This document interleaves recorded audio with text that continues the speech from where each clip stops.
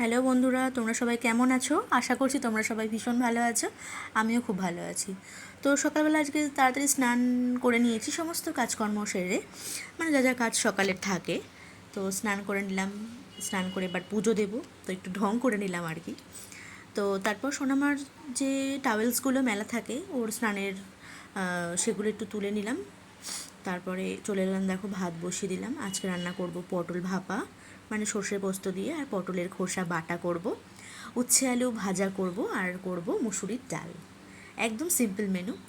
একদম না কিছু, কটা দিন ধরে কিছু রান্না করতেও ভালো লাগছে না, খেতেও সেরকম আর ভালো লাগছে না। তো দেখো রান্না বসিয়ে দিয়েছি, দুদিকে দুটো, একদিকে হচ্ছে পটল ভাপা, আর একদিকে মনে হয় উচ্ছে আলু ভাজা, এরকম কিছু একটা করছিলাম। তো নামানোর সময় আমি সবসময় সর্ষে পোস্ত যে কোনো রেসিপিতে একটু সর্ষের তেল দিয়ে নামাই। তো ডালটাও প্রায় অলমোস্ট হতে চলেছে, তো ডালটা নামিয়ে দিয়ে আমি দেখো চলে এসেছি ছাদে। কয়েকটা জামা কাপড় ছিল, সেগুলো একটু মেলতে, কারণ এরপরে আর শুকোবে না, তখন অনেকটা দেরি হয়ে যাবে। প্যান্ট তো মোটা মোটা, কোমরগুলো শুকোতে চাইবে না। তো তারপর আবার নিচে এসে সোনামাকে লাঞ্চ করাতে হবে, আমার নিজেদের লাঞ্চ করব। তো তোমরা ভিডিওটা দেখতে থাকো।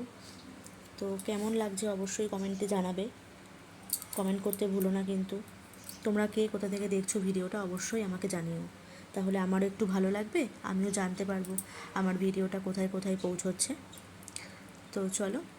তো তারপর নিচে নেমে এসে কর্তামশাই কটা আম নিয়ে এসেছিলো, সেগুলো একটু গুছিয়ে রাখলাম। আমগুলো দেখতে হয়তো এরকম লাগছে, কিন্তু বন্ধুরা ভীষণই টেস্টি। মানে দেখতে হয়তো সেরকম একটা সুন্দর নয়, কিন্তু আমগুলো এত মিষ্টি, মানে ধারণার বাইরে।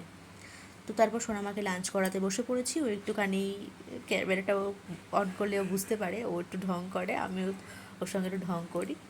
আর সোনামার যেহেতু কোনো স্ক্রিন টাইম নেই, ওকে আমি এই সমস্ত খেলা করে মজা করে ওর সঙ্গে আমি ওকে খাওয়ানোর চেষ্টা করি। ছোটো থেকে ওকে আমি কোনো ফোন দেখিয়ে খাওয়াই না, ওর এই অভ্যেসটা তৈরি হয়নি। তো তারপর আমি নিজে লাঞ্চ করে নিলাম। পটল ভাপা নিয়েছি, আর একটু উচ্ছে আলু ভাজা, আর একটু পটলের খোসা বাটা। বললাম না একদমই খেতে ভালো লাগছে না, ওই জন্য অল্প একটু ভাত নিয়ে বসেছি, খেতে তো হবে। তো তারপর সন্ধে হওয়ার আগে আগে চলে গেছিলাম জামা কাপড় তুলতে। তো তারপর ভাঁজ করে নিলাম। তো আজকের মতো